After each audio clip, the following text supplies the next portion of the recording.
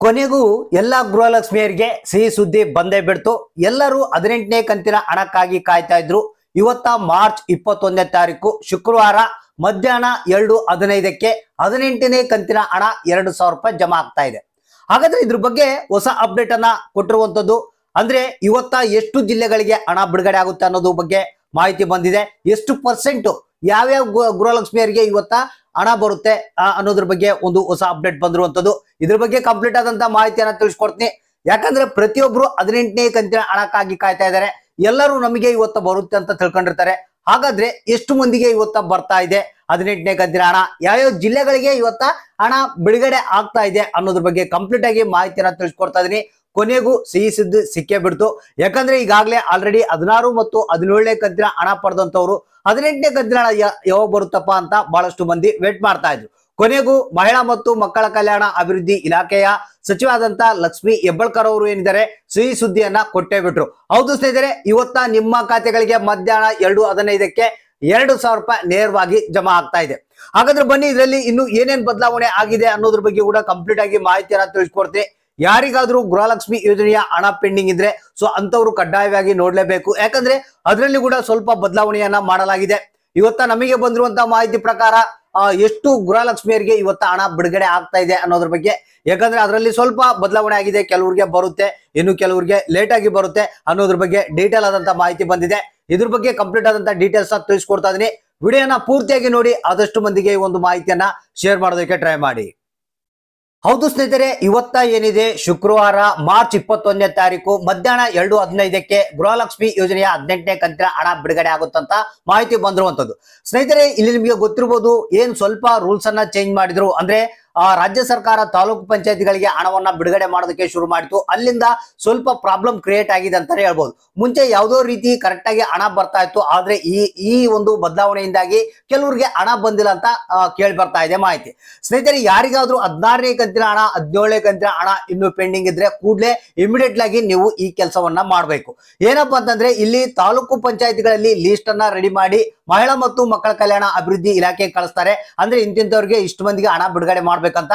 ಅದೇ ಪ್ರಕಾರ ನಿಮ್ಮ ಖಾತೆಗಳಿಗೆ ಹಣ ನೇರವಾಗಿ ಬರುತ್ತೆ. ಒಂದ್ ವೇಳೆ ನಿಮ್ಗೆ ಏನಾದ್ರೂ ಹಣ ಪೆಂಡಿಂಗ್ ಇತ್ತು ಅಂತಂದ್ರೆ ಒಂದೇ ಕೆಲಸ, ನಿಮ್ಮ ಸ್ಟೇಟಸ್ ಅನ್ನ ನೀವು ಚೆಕ್ ಮಾಡ್ಕೊಳ್ಳೇಬೇಕು. ಯಾಕಂದ್ರೆ ಕೆಲವರಿಗೆ ಟೆಕ್ನಿಕಲ್ ಎರರ್ ಆಗಿದೆ. ಅಂದ್ರೆ ಬ್ಯಾಂಕ್ ಅಕೌಂಟ್ ನಲ್ಲಿ ಏನ್ ಸೀಡಿಂಗ್ ಆಗದೆ ಇರುವಂತದ್ದು, ಇನ್ಆಕ್ಟಿವ್ ಅಂತ ತೋರಿಸ್ತಾ ಇರುವಂತದ್ದು, ಅಥವಾ ಬೇರೆ ಬೇರೆ ಕಾರಣಗಳು ತೋರಿಸ್ತಾ ಇದಾವೆ. ಸೊ ಅದಕ್ಕೆ ನೀವು ಸ್ಟೇಟಸ್ ಅನ್ನ ಚೆಕ್ ಮಾಡ್ಕೊಳ್ಳಿ. ಎರಡನೇದು, ನಿಮ್ಮ ಹತ್ತಿರದ ತಾಲೂಕು ಪಂಚಾಯತ್ಗಳಿಗೆ ವಿಸಿಟ್ ಮಾಡಿ, ಸರ್ ನಮ್ಗೆ ಈ ರೀತಿಯಾಗಿ ಹಣ ಬಂದಿಲ್ಲ ಅಂತ ನಿಮ್ಮ ಹತ್ರ ಇರುವಂತ ration card, Aadhaar card, acknowledgement copy ಗೃಹಲಕ್ಷ್ಮಿದು ಅದನ್ನ ತೋರಿಸಿದ್ರೆ ನಿಮ್ಗೆ ಅಲ್ಲಿ ಸರಿಪಡಿಸಿ ನಿಮ್ಗೆ ಹಣ ಬರುವಂತೆ ಮಾಡ್ತಾರೆ. ಸೊ ಈಗ ಮೇನ್ ಟಾಪಿಕ್ ಏನಪ್ಪಾ ಅಂತಂದ್ರೆ, ಇವತ್ತ ನಮಗೆ ಬಂದಿರುವಂತಹ ಮಾಧ್ಯಮಗಳ ವರದಿ ಪ್ರಕಾರ ಗೃಹಲಕ್ಷ್ಮಿ ಯೋಜನೆಯ 18ನೇ ಕಂತಿನ ಹಣ ಫೈನಲ್ ಆಗಿ ಬಿಡುಗಡೆ ಆಗ್ತಾ ಇದೆ. ಯಾಕಂದ್ರೆ ನಿಮ್ಗೆ ಗೊತ್ತಿರ್ಬೋದು, ಏನು ಲಕ್ಷ್ಮಿ ಹೆಬ್ಬಾಳ್ಕರ್ ಅವರಾಗಿರ್ಬೋದು, ರಾಜ್ಯ ಸರ್ಕಾರ ಆಗಿರ್ಬೋದು, ಹೇಳಿದಂತೆ ಯಾವತ್ತೂ ಸರಿಯಾದ ರೀತಿಯಲ್ಲಿ ಹಣ ಕರೆಕ್ಟ್ ಟೈಮ್ಗೆ ಬಂದಿಲ್ಲ. ಸೊ ಆದ್ರೆ ಇವತ್ತು ನಮಗೆ ಬಂದಿರುವಂತಹ ಮಾಧ್ಯಮಗಳ ವರದಿ ಪ್ರಕಾರ 30 ಜಿಲ್ಲೆಗಳಿಗೆ ಏನು 80% ಗೃಹಲಕ್ಷ್ಮಿಯರಿಗೆ, ಹೌದು ಸ್ನೇಹಿತರೆ, 80% ಗೃಹಲಕ್ಷ್ಮಿಯರಿಗೆ ಇವತ್ತ 18ನೇ ಕಂತಿನ ಹಣ ಬಿಡುಗಡೆ ಆಗುತ್ತಂತ ಮಾಹಿತಿ ಬಂದಿದೆ.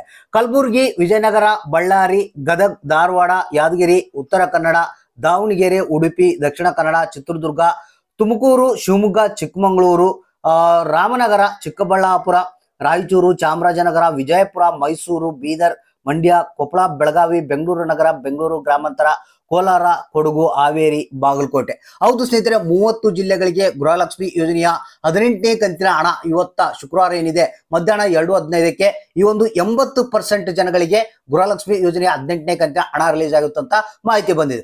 ಇದರಲ್ಲಿ ಏನು ಬದಲಾವಣೆ ಏನಿರೋದಿಲ್ಲ. ಸೊ ಇವತ್ತ ಕೆಲವರಿಗೆ ಬಂದಿಲ್ಲಪ್ಪ ಅಂತಂದ್ರೆ ಜಸ್ಟ್ ವೇಟ್ ಮಾಡ್ತಾ ಇರ್ರಿ, ನಿಮ್ಮ ಖಾತೆ ಕೂಡ ಹಣ ಬರುತ್ತೆ. ಯಾಕಂದ್ರೆ ರಾಜ್ಯ ಸರ್ಕಾರದ ಒಂದು ಧ್ಯೇಯ ಏನಿದೆಪ್ಪ ಅಂತಂದ್ರೆ ಪ್ರತಿಯೊಬ್ಬರಿಗೂ ಹಣವನ್ನ ತಲುಪಿಸಬೇಕು, ಯಾವುದೇ ಕಾರಣದ ಪೆಂಡಿಂಗ್ ಇಡಬಾರ್ದು ಅನ್ನೋದು ಅವರ ಒಂದು ಧ್ಯೇಯ ಆಗಿದೆ. ಸೊ ಯಾಕಂದ್ರೆ ಯಾರಿಗಾದ್ರೂ ಪೆಂಡಿಂಗ್ ಹಣ ಬರೋದಿತ್ತಪ್ಪ ಅಂತಂದ್ರೆ ಡೋಂಟ್ ವರಿ, ನಾನು ಹೇಳಿದಂತ ಕೆಲಸಗಳನ್ನ ಮಾಡಿ ಅಷ್ಟೇ, ನಿಮಗೆ ನಿಮ್ಮ ಖಾತೆಗಳಿಗೆ ನೇರವಾಗಿ ಹಣ ಜಮಾ ಆಗುತ್ತೆ. ಸೊ ಇವತ್ತ 80% ಗೃಹಲಕ್ಷ್ಮಿಯರಿಗೆ 18ನೇ ಕಂತಿನ ಹಣ 2,000 ರೂಪಾಯಿ ಜಮಾ ಆಗ್ತಾ ಇದೆ. ಇನ್ನು 20% ಜನಗಳಿಗೆ ಸ್ವಲ್ಪ ವೆರಿಫೈ ಮಾಡ್ತಾ ಇದ್ದಾರೆ. ಯಾಕಂದ್ರೆ ಕೆಲವರು ಶ್ರೀಮಂತರಿದ್ದಾರೆ, ಅಂತವ್ರಿಗೆ ಹಣ ಕೊಡಬಾರ್ದು ಅಂತ ಹೇಳಿ ಪ್ಲಾನ್ ಮಾಡ್ತಾ ಇದೆ ರಾಜ್ಯ ಸರ್ಕಾರ. ಸೊ ಅದರಲ್ಲಿ ವೆರಿಫೈ ಆದ ನಂತರ ಮತ್ತೆ ಅದರಲ್ಲಿ ಕೆಲವರಿಗೆ ಹಣ ಬಿಡುಗಡೆ ಮಾಡ್ತಾರೆ.